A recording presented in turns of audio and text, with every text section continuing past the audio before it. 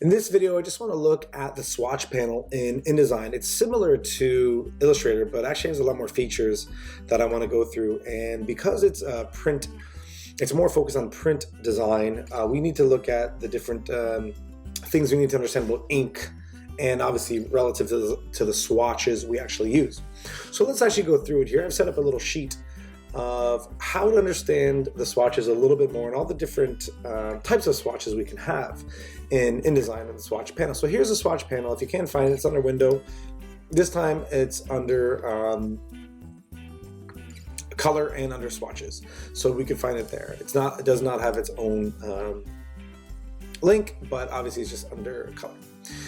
So what I have is up top here, we understand that the fill and the stroke, so the difference between the fill and the stroke and how to change that. If we're working on an object specifically, or what it says here, a container or a frame, and here if we're working with text individually, obviously we can do that too, but usually when you select text, obviously it changes to text. So you can see here that changes to text, changes to text, changes to text. If you select an object, or a frame, as it says, a container, it will change automatically to a frame or container. There it is. Okay, so what do we have? We also have options to tint something. So what I always recommend, if someone is choosing a Pantone, let me just select this circle here, I'm choosing a Pantone, and we never are too sure which Pantones to choose. Well, the good thing about choosing a Pantone is that not only can I use the Pantone as one ink, I could also add a tint to it, meaning I could have the Pantone and any version of a tint I want. Now, tint is meaning that you're adding white to it. Now, in a printing process, you're not adding white to something. There's no white ink, but there is less of that Pantone. So if I all of a sudden have an 80% tint, that means I'm using 80% of the ink, which is actually showing me more of the paper underneath. And in most situations, what we have to understand is paper, actually we even see a link, a swatch here for paper, actually means white, which also actually means no ink. So just the paper is showing through. So the more tint I add to a swatch, the more or less of the ink I'm using and more of the paper is showing through. So that's actually what that means. So sometimes when I'm using a particular color, trying to choose a color, I try to choose a color, a hue that has a higher value, so a little bit darker, a little bit more ink involved than a lighter value. That way I can get more tint out of it. So that's a good thing to think about when we're using different Pantones or different colors in general, but using tint is actually adding white, which in turn is actually showing more paper and less of the ink. But let's continue on. So I'm going to just go through these individually, and then I'm going to go through some of the things that we can do with our swatch panel. So none. None is your very first one you see. None means none, which is exactly that. No ink, nothing. So right now I have a green fill and a blue stroke. So if I click on that, I click on none, that means none. There is nothing there. And even if I bring it over to the workspace, you can see that, oh, let me bring it there, that I do actually have none. There's nothing in there. And same with the stroke. If I want to have any stroke at all, I click on none. The object is still there, but there is no fill and no stroke. So it just means nothing. Red line through it. Okay. Then we go to registration. Now registration, we always see it here, never too sure. And remember, these are locked. This icon means it's locked. You cannot touch them. They're always going to be there. Leave them alone. Don't even worry about them. The issue here with registration is we don't really use registration. And it even says here, used only for registration marks, never used as black. So registration itself is literally only used for registration marks on the outside of your artwork when it's lining things up to be printed. That's the only time you use it. You never actually use this color, which you could, but you never would use it and click on it. And now I have registration, like say for my fill. That's not going to show up. There's nothing good is going to come of that. So we don't use it as a black. We don't use it at all. Quite frankly, I would get rid of it, but it does need to be on your panel because it potentially will be used for registration marks. But realistically, you never use this color. Paper. Okay, so once again, we already talked about paper. It's just the color of paper or white. When we want something to be white, we will say click on paper, and that is fine. And that's just how that looks, the underlying paper document. Now you can see here that I actually made this paper because I made this background a little bit of gray. So it's just a tiny bit gray, like 5% black. So we can understand what paper is, literally the white underneath, which is the actual color of the paper. So next what I have are my process colors. Now we're familiar with CMYK, which will be the CMYK, the cyan. So it's already given to us on our default panel of cyan, magenta, yellow, and black up top. And once again, you cannot touch black. It's locked. It's a standard color there. We do not touch it, but we could click on it, use it, and that's totally fine. It's just 100% K. Cyan the same, all 100%. It even shows us in the name of some of these swatches that we could change the name if we wanted to. Double click on it and I could, well, this particular one I can't change, but I could change my own if I ever wanted to. And it shows me it's 100% cyan, 100% magenta, 100% yellow, and that's how they work. And you know, you're always going to have those for processes. I'm going to go through these icons in just a little bit too, but let me continue to go through all these different ones I have set up. Pantone, or spot colors, which Pantone is the name of the company. A spot color is the term used when we're dealing with one pre-mixed ink. So Pantone makes the pre-mixed inks. They also have the system, the PMS, the Pantone matching system, that helps us understand spot colors, or also they refer to them as solid colors, which is a pre-mixed ink of that specific color. So that's all you have to understand is a process color is all the colors that you could see are made up of these four colors that make up the, whatever color you want. So this process color uses 4 inks to make one color, where a Pantone uses one pre-mixed ink to give you that one color. So that's all it is. This uses 4 colors, this uses one color, a spot color. So here I have a Pantone spot color. Used to have a specific ink, we used to match a specific ink from your PMS book, so your color matching book.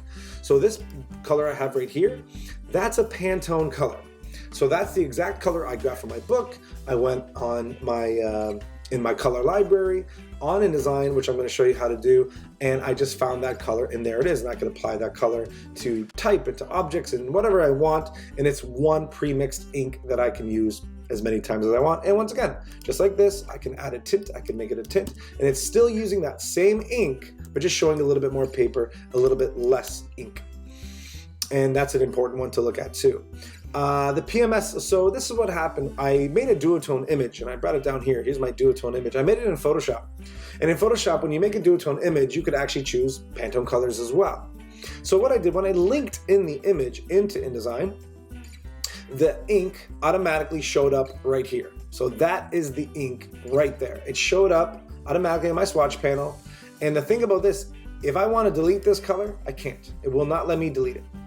The way I can delete it is I have to delete the picture first that it's a part of, then I can delete that ink, okay? So it comes with the image that I linked in, and that could happen as well if you have other images and you bring them in, you link them in to InDesign, and you might have a new couple swatches that appear in your swatch panel. So you always have to be careful of that and understand how the swatch panel is organized. The next one here is an interesting one where you could make a CMYK spot color. So if I click on this one, this is what this is. Now that's kind of weird. You're like, well, if a spot color is one color, well, how could it be CMYK, made up of CMYK? Well, realistically, it can't. So, but this is an alternative that Pantone has that allows you to make a spot color of a CMYK swatch. So if you have a color bridge booklet, and it shows you on one side, it shows you the Pantone color, and the other side, it shows you the CMYK version of that color. So what Pantone tries to do, it tries to give you a close match to what a CMYK version of that pre-mixed spot color might be. And you could still find it as its proper number code, and you could bring it in, and that's totally fine. Now it comes close, which the whole point of Pantone matching system is to be exact, the exact pre-mixed color. But if you don't have sometimes Pantones can be more expensive, sometimes it can be cheaper depending on the situation you're in, that if you don't, and you have to use CMYK, which is the cheaper method if you're using many pictures and different things like that, then you could use a Pantone matching system CMYK swatch that might help you come close to the ink color that you want, but not the actual color. So it is a nice reference system to use, but once again, it's not perfect, but obviously using the actual spot color would be in your best interest. Another reason we have this swatch to use also, it's used as an alternative to color dye lines. So if in a situation, what I like to do is when I have dye lines, I have a fold line or a perf line, I have a dye line, something I'm going to cut out. Usually I like to make it a specific color. Usually I make my dye lines cyan, I make my perf lines and fold lines magenta. Well, what if I'm using magenta in my design or using cyan in my design, it's going to get confusing for the printer. So what the printer might suggest you do is make a CMYK spot color for your die lines, for your perf lines, fold lines, and die lines. So you make a very specific color that stands out, but you make it a spot color. That way the printer will know, or the print shop you use will know, okay, this color is reserved for specific processing, or like I said, the die lines or perf lines. So we could also do that too. So you can make your own own swatch, which I will show you how to do later as well. RGB colors. So here in InDesign, yes, normally we make everything for print, but you can also make websites. You can do a lot of things with in InDesign, anything at all, quite frankly. But we don't normally use our RGB colors in InDesign for print. And usually when I'm speaking about InDesign, I'm speaking about print-related design, ink on paper. So RGB colors can be used, and that's totally fine. But when we need to create a PDF we're going to send to our printer, we need to make sure that there are no RGB colors. But I do want to show you all the different options that are available to you in the swatch panel. So an RGB color, this is just a green RGB process color. So it's process and it's RGB. You're going to see some of these, but it's always good to switch them, change them back to CMYK. And sometimes some PDF versions, I'll just do it automatically for you, which is fine. Now this is another one, once again, you're allowed to choose this color, choose this option, but it does not exist. It's a spot color RGB, which once again, it's not really an option, it's never used, but it does allow you to have an RGB color and you can make it spot. Once again, we never really would use that. Specialty colors. Okay, so here's some other ones, like just a normal gradient. It's kind of considered a specialty color because it's not one ink, it's a few, two or more different inks that are combined together to make a gradient, and that's totally fine. You could use process colors or spot colors to do that. So any ink, obviously, and here it is, I could do that, and if I open up my gradient down here, I could see, yes, I use two colors, and they could be brought together. I just use the current ones that I have is magenta and cyan. You can only use colors that are in your swatch panel at the time to create gradients with. You can't just all of a sudden start clicking around like Illustrator and click and just choose any color you want. You can't do that. It has to be from your swatch. So you would have to click and drag an image down or a swatch down and play with it there, how you would want to do that. This isn't really a gradient tutorial, but just to show you how that works. So you can have a gradient swatch, which is great. Rich black. This is a very common thing that you might use in graphic design, is creating your own black swatch, but making it rich black. Rich black is obviously the darkest black that you can get. Because what it does, it layers as much cyan, magenta, and yellow as you want, plus black is K as well. So our normal true black is just K, which is fine, 100% K, 100% black. Now, what I do here is I add 100% cyan, 100% magenta, and 100% yellow. Now that is a full amount of cyan, magenta, and yellow and black. The most ink you can get from your printing, but that's not a great idea to go with. And most printers might tell you, okay, don't give me 100% of everything. Maybe they'll say give me 20% of cyan, magenta, yellow, and 100% black. There's other formulas that online people say use certain amounts as well. But what I found when I actually did a little bit of experimentation in Illustrator is that when I do a 10% of everything, or 20 or 30 or 40 or 50, all the way up to 100 of everything, the point where it starts to just become the same is 50%. And if I do 50% cyan, magenta, yellow, and black, that is probably pretty good. Now, once again, a printer might suggest you don't need even that much ink to get a really, really strong black, but that's what I found visually on my digital display, that after 50%, 60, 70, 80, 90, 100 didn't make a difference. It was 50% was as dark as you can get. So you might want to use that, but once again, speak to your printer before printing anything. This is an ideal thing to do. So I'm just going to keep that at, leave it like that, and there I go. Okay. So that is a rich black. So now that black is going to be much darker than this black, the true black, which is just 100% black and 0% everything else. And it's always nice to have that. You get these really dark, rich blacks in your printing.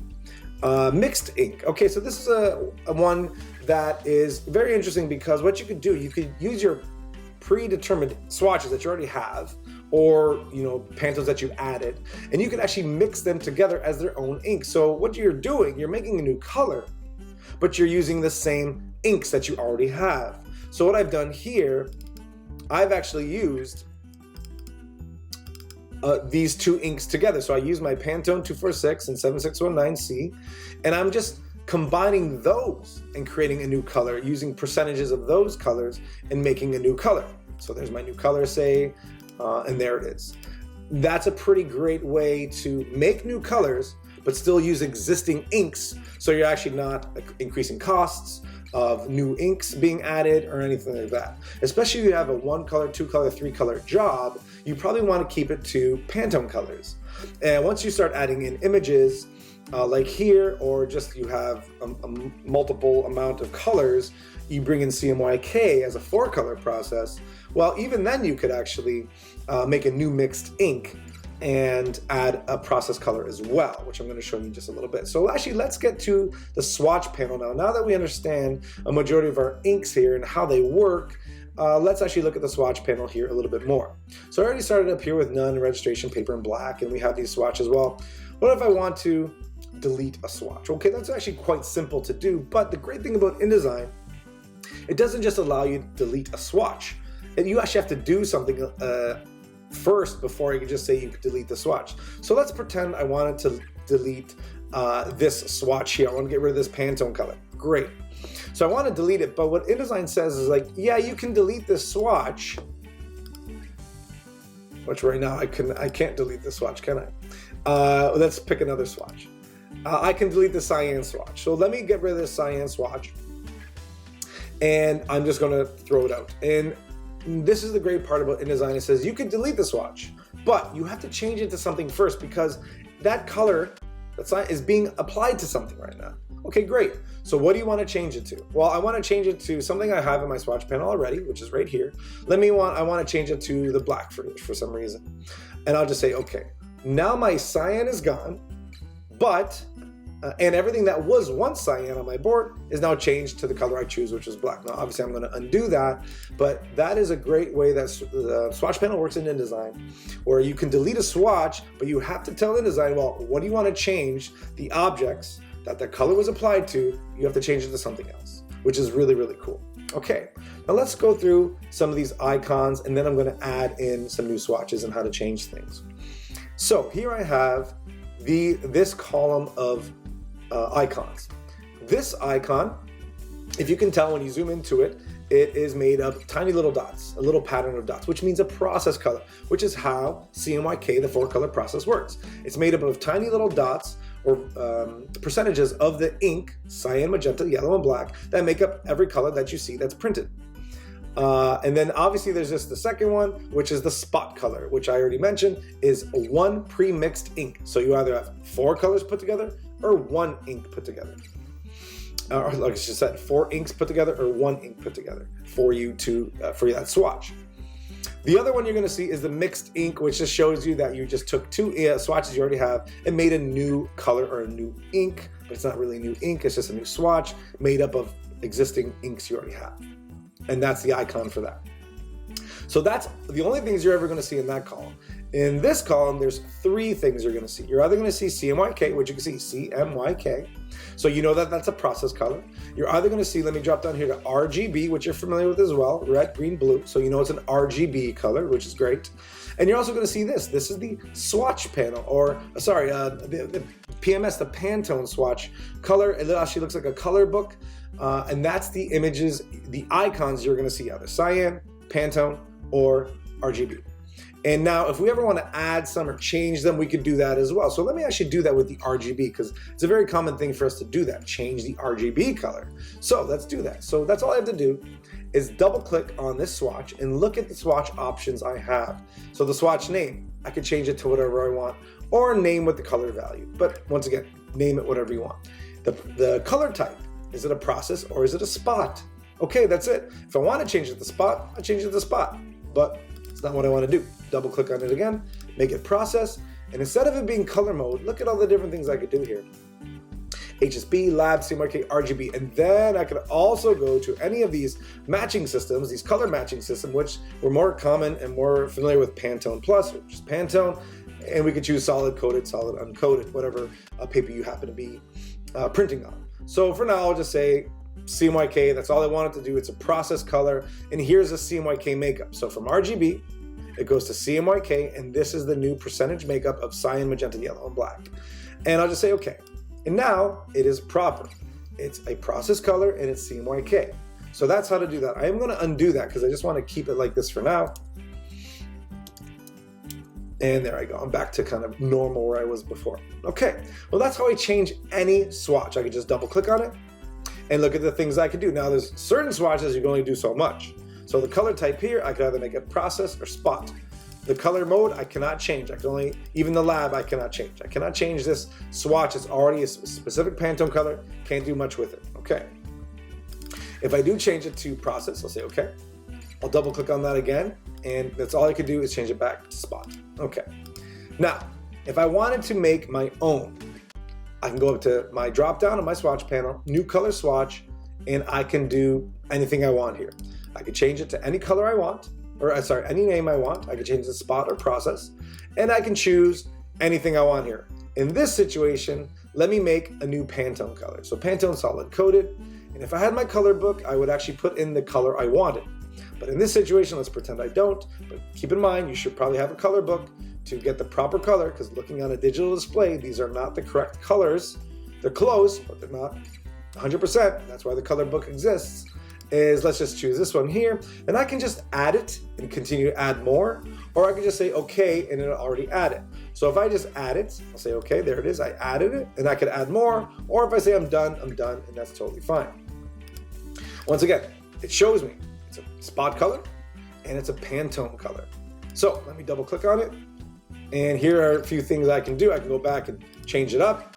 Again, if I want to choose a different color book, but it's always going to be spot. That's what it is. Can't do much about that. Now, in my situation, I also added it to CC libraries, Adobe CC libraries, which you don't have to do. So I could always take that off. If I make a new color swatch, let's pretend I'm going to make now a CMYK color. And I can say add to CC libraries, which I really normally don't want to do because it just takes up that much more time and the space. But if you want to do that and share it between Photoshop, Illustrator, InDesign, and all your CC software, Adobe CC software, you can do that. So if I'm going to make a CMYK color, make it process, it's going to be the name of it, and it's going to be CMYK. I'll just say okay, and there it is. Oh, it didn't take the name. There we go. There, name with color value, and then now it has the name there. Great. So I've changed an RGB to a CMYK. I can also change it obviously to a spot color. So if I wanted to make it spot, I can make it spot, which I normally wouldn't do. I can add colors. I can add them here as well. Just click on that. And here's another one interesting too. I say I just want to group them. I want to have grouped areas of certain swatches that I have. I could actually just select some and group them, click on the folder, now they're grouped together. I'll just say these are my RGB colors potentially, and I can now have a better organization of my swatches here as well if I wanted to do that. And here, if I just wanted to look at certain swatches, just my color swatches, just gradient swatches, if I just want to look at my gradient swatches, well, there's one gradient swatch there. If I want to look at all of them, which this is normally on, I can see all of them. Once again, if we wanted to throw them out, you can throw them out. A lot of different things you could do here. If I want to move them around, I can move them around, click and drag. If I want to organize them in a certain way for myself, I can move these around and do whatever I need to do there. The other thing I can do, you can make the mixed ink swatch I wanted to show you. So if I have a new mixed ink, so if I already have certain colors in here, let's pretend I want to add a bit of process. I'm going to use my CMYK plus a Pantone. Or you could just do two spot colors, two Pantone colors. You could do that too. I'm just going to add these two together and make a new color. And let's say I'm just going to do 50% cyan and 50% Pantone. I'm going to add it. And there, I've used pre-existing inks, my cyan and my Pantone color, and I made a new mixed ink, meaning it's not going to add it adds a new swatch, but it doesn't have to add a new ink. So once again, that could save me money depending on your job, but at least the job that you're doing, but at least I showed you how to do that. And it's pretty easy to do, and it could save you some money down the road, which is pretty cool. The other part I want to show you here and these are kind of important as well, is select all unused. So if I have some color swatches that I have the swatch here, but it's not actually being applied to anything on any of my artboards, then I can select all unused. And what it does, it selects the swatches that are being unused, and I could just throw them out. I get rid of them. I don't have to turn them to anything. I don't have to tell InDesign to say, oh no, it's being used somewhere, so you can change it to this. They're not being used, so I can just throw them out, which is really, really useful. And just keep yourself organized. And another one is add unnamed colors. So in a design, if you have some colors that are being used but they were not attached to the swatch panel yet, you could add them in so there's no nothing being hidden in your design, nothing kind of being, hey, there's a color there but I just can't see it, or it hasn't been added to the swatch panel. You could add unnamed colors and they'll add them, and then you can see where they are, name them properly, or delete them if you don't need them. The other thing, like in Illustrator, we can change our how our swatch panel is laid out. We can go to a small list, so it just saves us a little bit more space.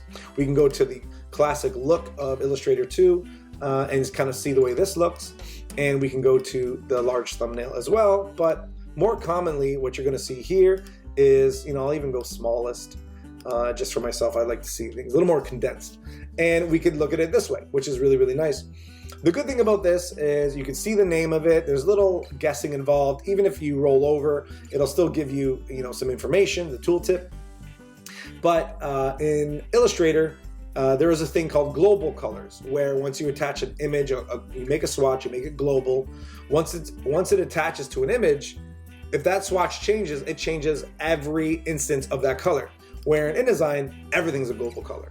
So if I change all these to blue and I change the blue to a different color, they're all going to change automatically. So I kind of like global colors. I'm a big fan of that. The other one is there's you look at the ink manager and sort how you want to sort them. There's more organizational things to do for your swatch panel. The one that I liked is a new option here is to click on a swatch, and you could actually go to your panel here and find this color. So this is a great one actually. When you have a large document, there's a lot going on, and maybe you have a color in there, like, where is this color? I don't know where this color showed up. So you could go to find this color, and what it does, it opens up the find and change or find and replace option box here. And now it has a new option of color, where normally you could find or replace text and grep styles and glyphs and objects. Now you could go to color, say, where is this color in my design? And now you could find it, and it highlights it for you, which is really beneficial, because I've always wished this existed, but now in 2021, if you're looking at this, you can have this option as well, which is, like I said, very, very useful to know where that is. So that's the swatch panel. A lot of different things you can do with the swatch panel. A lot of things a designer will need to know with the swatches and ink management to obviously keep your certain designs less expensive. Or if you're using 4-color process and Pantone colors, that's cool. But if you're using just Pantone colors, you really got to control yourself there. If it's going to be CMYK, then you have a lot more flexibility. But this is definitely going to help you understand the swatch panel, your ink management, and just how InDesign works with these things in general.